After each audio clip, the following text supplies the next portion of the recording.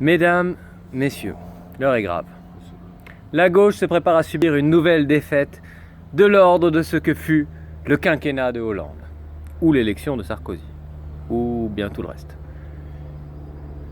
Mélenchon et Hamon ne veulent pas s'entendre et nous font perdre une victoire qui nous était offerte. Pourtant, la majorité des Français souhaiterait voter à gauche et orienter les décisions publiques vers plus de partage pour les migrants, pour la biodiversité, l'arrêt des guerres qui crée l'afflux de nouveaux migrants et de nouvelles guerres et tout le bazar. Donc, j'ai une proposition, une demande même à vous faire. Moi, je suis à la rue, je vis dans mon camion, j'ai ouvert un squat il y a 4 jours, je ne sais pas combien je pourrais rester de temps dedans. Voilà, je m'appelle Alex, je suis bordelais plus ou moins, qu'importe. Si vous n'aimez pas les bordelais, pardonnez-moi, je ne suis pas que ça, je suis un nomade avant tout. Et comme beaucoup de pauvres gens en France, je suis fort inquiet de l'élection d'un candidat de droite, fût-ce Macron, Fillon ou Le Pen. Ça sent pas bon.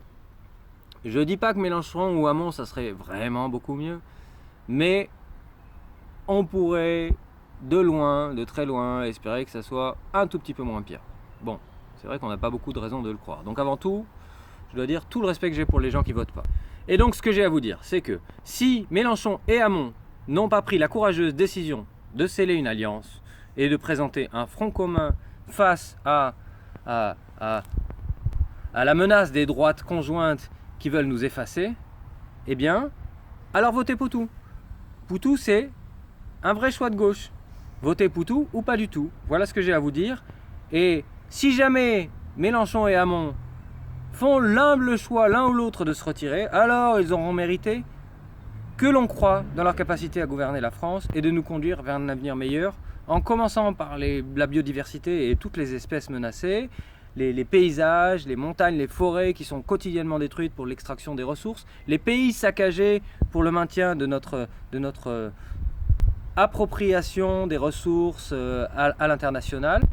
Dans le cas de cette échéance, j'appellerai Poutou à se retirer humblement, et celui qui sera élu, quel que soit celui qui aura décidé de se retirer, il devra avoir une place importante dans le gouvernement, et Poutou, s'il a accepté de se retirer, devra être appelé aussi à gouverner dans ce qu'on espère qui sera une vraie transition d'une vraie gauche, qui est celle qui est appelée par de nombreux écologistes, de nombreuses personnes qui sont préoccupées de la misère à travers la planète, de la misère en France et des conditions de vie des générations à venir.